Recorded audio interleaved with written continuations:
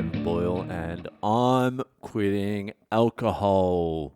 I don't know what horror stories the media are feeding everyone about India.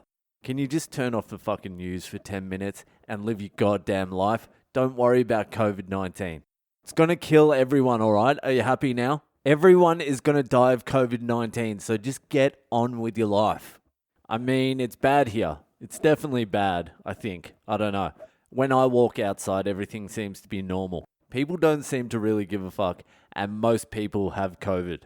The problem here is, and there's many, but one of the problems here is, even though you're dealing with a virus that has a mortality rate of 99.9%, in a country with 1.38 billion people, that's still like 1.5 million dead. It's a lot. It's going to put the already shit healthcare system here under a lot of strain. Beds are going to fill up quickly. The other problem is, if you lock down India like they did last time, there is a mass exodus of poor immigrant workers leaving the cities and going back to the villages. And on the way, a lot of those people die because they don't have enough money to catch the bus or the train, and there's not enough seats, so they try and walk. And they're still going to get COVID regardless because there's fucking millions of them. And the other problem is, and this is probably the biggest problem, Indians don't give a fuck. 2 days ago in Andhra Pradesh, which is the state next to us, hundreds of thousands of people gathered for the dung throwing festival. It's a festival. I'm not making this up either. I fucking wish I was making it up. If I was making it up, you wouldn't even fucking believe me.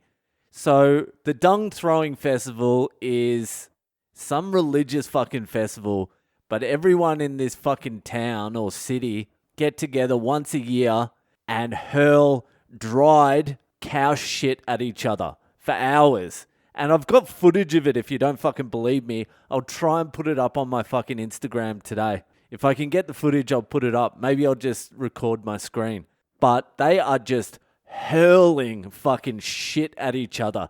And there are fucking thousands of them just all crammed in next to each other. So I'm like, how the fuck are you going to tell the dung throwers not to dung? Do you think they haven't heard about COVID? Do you think they don't know they're in the middle of a fucking pandemic? They do, but they have bigger fish to fry. They need to hurl some dry cow shit at their neighbour who's been a cunt all year. And to be honest with you, I want to be part of a culture and society that operates that way. They just operate on a different fucking level here. They're like, I've only got 3 hours of rice left before my 18 kids and I die. Let's just have a fucking party. I mean, they don't give a fuck here. They put in traffic lights down the road here to start controlling the traffic because it's a fucking nightmare down there. And absolutely no one paid attention to the traffic light. It might as well have been a fucking disco ball. So they had to put like 50 cops down there every day to get people to stop at the red lights. And they still don't. Well, they get like 80% of the people to stop. But if a cop turns his head, a fucking tuk-tuk's running that red light. It is such a complex fucking society. It is so fucking complex.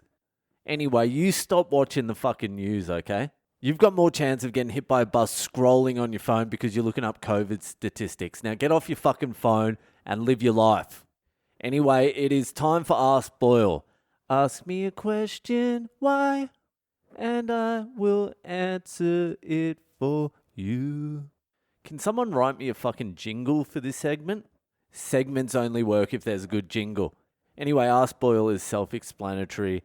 The listeners write in, ask me a question about life, love, other shit, science, and the wise old sage will answer your question, me. So if you'd like to ask me a question, it can be about anything, obviously. Just hit me up on social media. I'm Boyle Comedy on Instagram, Facebook, and Twitter. Or just email me on boylecomedy@gmail.com. So, this week's Ask Boyle. I forget who fucking sent it in, and I couldn't find the message for the life of me. But it's a little bit of a continuation of some of the topics I was covering last week, losing money. So it was about gambling. So this particular listener sent in, it was something like this. Boyle, I'm a gambler too. It sounds like you love gambling. And I do. He's like, what was your worst loss and how much was it? Well, thank you for sending that in, whoever you were. Send me a message so I can say thank you personally. So let's get to it. This one hurt. This one hurt. It still hurts. This is one of those ones I think about every single day. There's a few things that you just think about every single day. Like that time at footy training, I got forced into the no-shirt side. That time in year 11, that bitch said I had big gums. You know, this sort of stuff. The shit that just fucking gets to the bone. This is one of those. So what happened was, it was about 5 years ago. I put a bet on Australian rules football. It's our own fucking footy. And I'm not going to fucking argue it is the best football in the world. Suck my balls. It's our own shit. It's like NFL. It's like Gaelic. It's our own shit. It's fucking great. So my team are the Sydney Swans. And before the start of the season, I put a few $100s on the Sydney Swans to win the grand final. And because it was before the start of the season, and I don't think the Sydney Swans were meant to be doing well that year, I got it at like $30. So if they won, I was going to win $9,000. It was something around there. Might have been 7, might have been 8, might have been 9. So anyway, the Swans have a fucking killer season. It gets down to the last 4 teams. And I decide it's too fucking risky to risk all that $9,000. So what I do is I put $1,000 on each of the other teams to win. So it doesn't matter who wins the grand final, I win money. And because Sydney had become the favourites to win the grand final, the other teams would pay more money. So it didn't really matter who fucking won. I would have won like 3 or 4,000, no matter who wins. I had covered every base, and all I needed to do was kick the fuck back, wait till the grand final is finished, and collect my fucking money. But, and this epitomizes the kind of moron I am. So the Sydney Swans beat the other team, and they get into the grand final. I forget who it was. I think it was Geelong. And then the second semi-final was on, and that was Western Bulldogs versus the Giants, Greater Western Sydney Giants. So I'm watching GWS versus the Western Bulldogs. I'm watching it at the pub. I'm having a few drinks. It's a tight game, the whole fucking game. It gets down to like the last 5 minutes, and the Western Bulldogs are in front. But the Giants are coming. GWS are coming hard. They get within like 5 points, I think it was. But they look like they're about to run over the Western Bulldogs. Like, I swear to God, I could feel it in my drunken bones that GWS were going to kick the next goal and they were going to win. So the next move is really unexplainable. So what I decide to do is call up the bookie. This is with 2 minutes remaining in the game. Cash out the money I had on Western Bulldogs to win the grand final. And it was a bit over $1,000 because they were in the lead with about 2 minutes to go. But I had a hunch. I had a fucking hunch GWS were going to win, and GWS were paying like $5 or $6.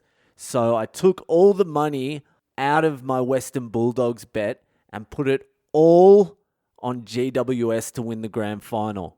So what I thought was going to happen was GWS were going to win that game, and then when it came to grand final day, it wouldn't matter who won. I would have won $9,000 either way. All that money on GWS and all the money on my team. But what happened was Western Bulldogs held on to win and then became the favourites to win the grand final. So I couldn't cover my bet, and I'd already lost like $3,000 in bets. And I just had to cross my fingers and pray to God that the Sydney Swans won the grand final. And grand final day comes around. At half time, the Swans are looking good. And then I'm drinking and I'm feeling pretty good about the whole thing. And then after that, Western Bulldogs just fucking smashed us. And I lost a lot of fucking money for no reason. I literally pulled defeat out of the jaws of certain victory. I don't know what the fuck I was thinking. And I still don't know what the fuck I was thinking. I told Dino, my financial advisor and gambling guru, and he was like, "You did what?" And I haven't told a lot of people that because it fucking hurts too much. It still hurts. Telling that story hurt. That's what happens when you overthink things and you get a little bit greedy and you drink a little bit too much. Shit just doesn't pan out. And then the very next year, I put $1,000 on GWS to win the grand final at like $2, $2.50. And every single fucking one of their gun players got injured that year and they didn't even make the final. and I was going to do it the next year, put another $1,000 on GWS to win the grand final, and I didn't, and they made the grand final. They didn't win, thank fuck, but I still would have made money if I fucking put it on. Anyway, that is one of my sad gambling stories, and there's many of them, but that's the one that fucking haunts me. Anyway, I'm just gonna go. See you the fuck later.